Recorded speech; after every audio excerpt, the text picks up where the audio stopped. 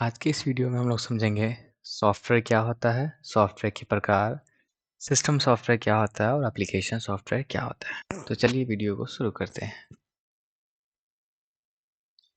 Software को समझने के क्रम में हम लोग को समझना है सबसे पहला बात इंस्ट्रक्शन क्या होता है, आदेश या निर्देश क्या होता है। एक कथन जिसके माध्यम से किसी कार्य को पूरा किया जा सके वह कथन कहलाता है हमारा इंस्ट्रक्शन।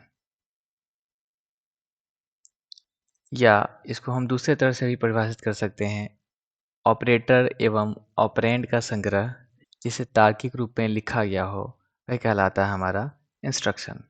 जैसे अगर हम लिख रहे हैं 2+3 and then equal to sign और यहाँ लगा क्वेश्चन मार्क, तो इस स्टेटमेंट को लिखने के बाद या इस लाइन को लिखने के बाद हम ये कह सकते हैं कि इसका जो आंसर आएगा वो आएगा 5।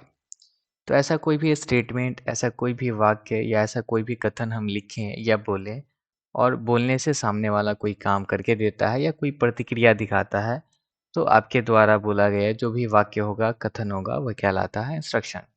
या अगर हम बात करें in the term of math, तो हम कुछ इस तरह से कह सकते हैं कि ऑपरेटर और ऑपरेंड को जब हम एक लॉजिकल वे में लिख देते हैं, एक तार्किक रूप में लिख देते हैं, तो वह कहलाता है हमारा इंस्ट्रक्शन।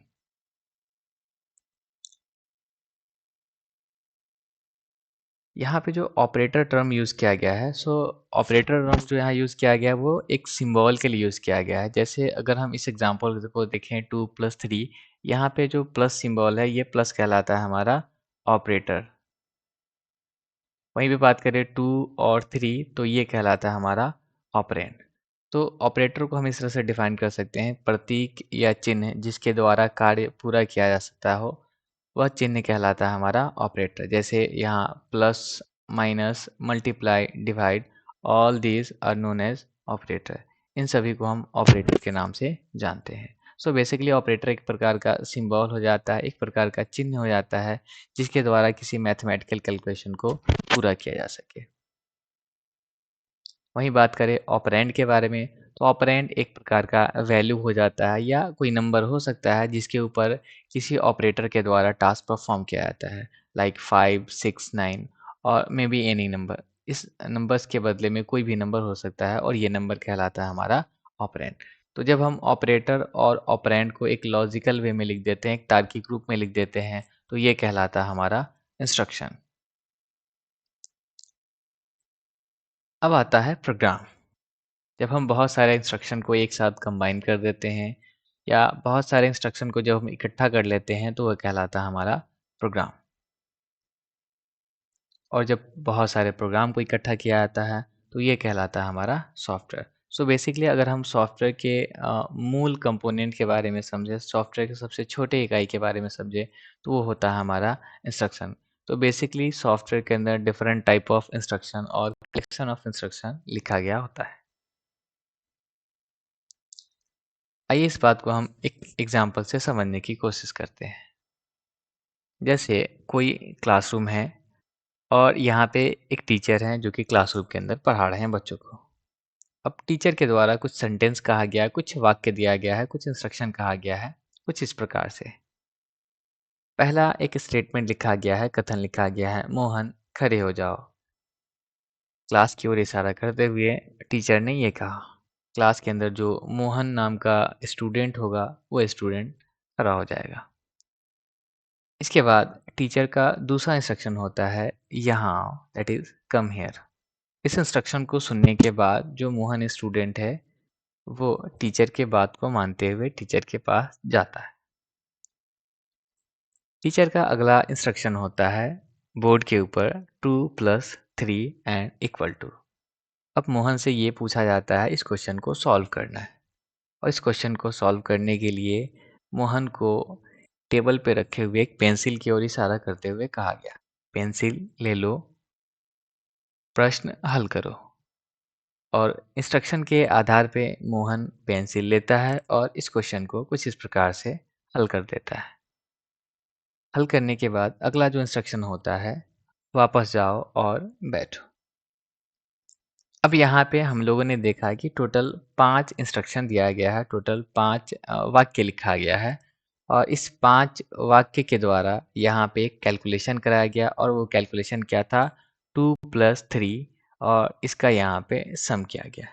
तो यहाँ किसी स्टूडेंट से अगर एक सम को कराना था, एक सम क्वेश्चन सॉल्व करना था, तो यहाँ पे टोटल 5 इंस्ट्रक्शन दिया गया और इस 5 इंस्ट्रक्शन की हेल्प से एक काम को पूरा किया गया। तो इस प्रकार से हम जब सॉफ्टवेयर के बारे में बात करने जाते हैं तो सॉफ्टवेयर के अंदर भी डिफरेंट टाइप ऑफ इंस्ट्रक्शन लिखा गया होता है।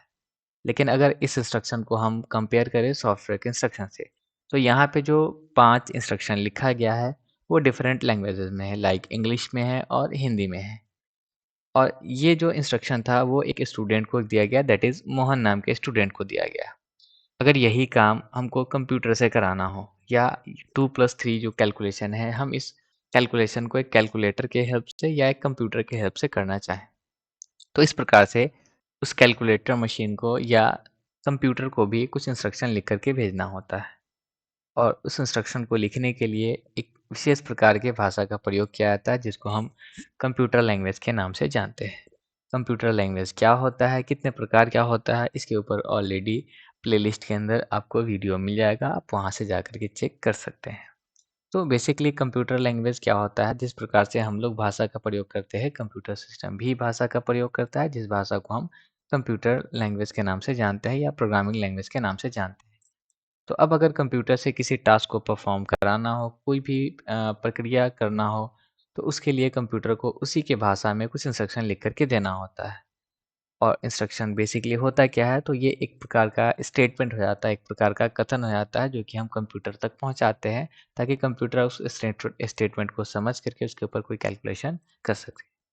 अब अगर हम इन 5 ग्रुप ऑफ इंस्ट्रक्शंस के बारे में बात करें, तो ऐसे 5 ग्रुप को मिलाने के बाद ये बनता है हमारा प्रोग्राम।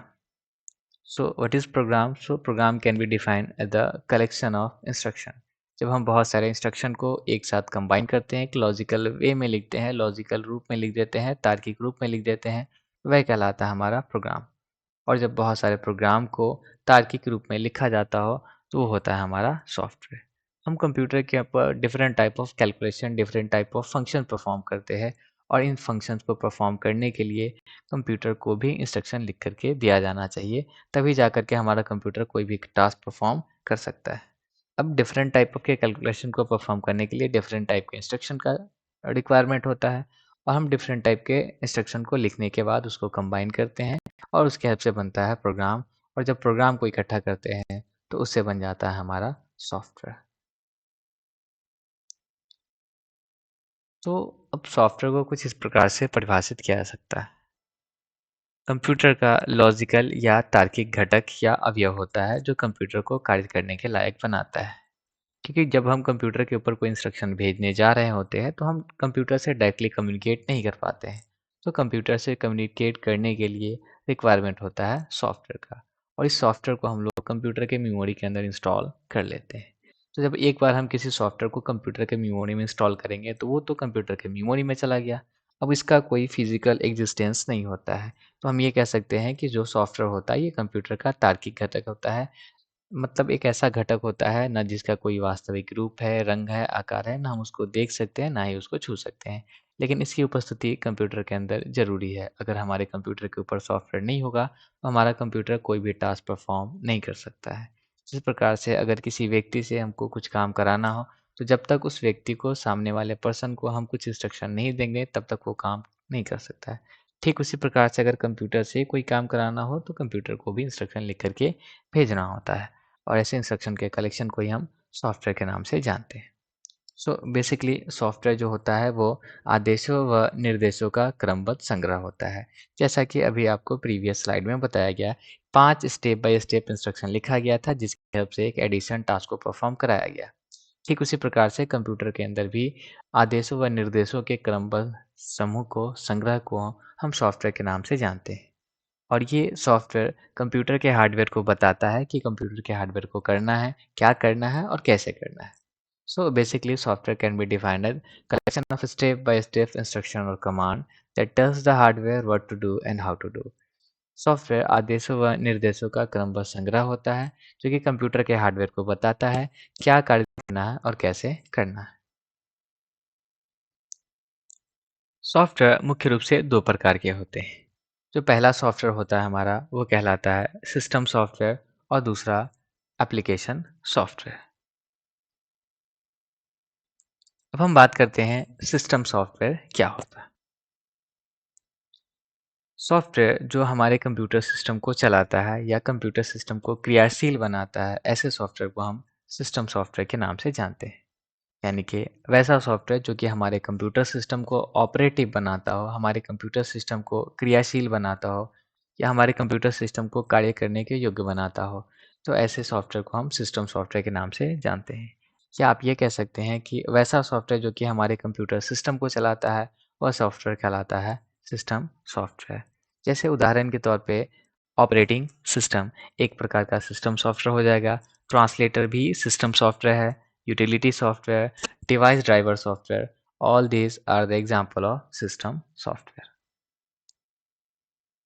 अब देखते हैं एप्लीकेशन सॉफ्टवेयर।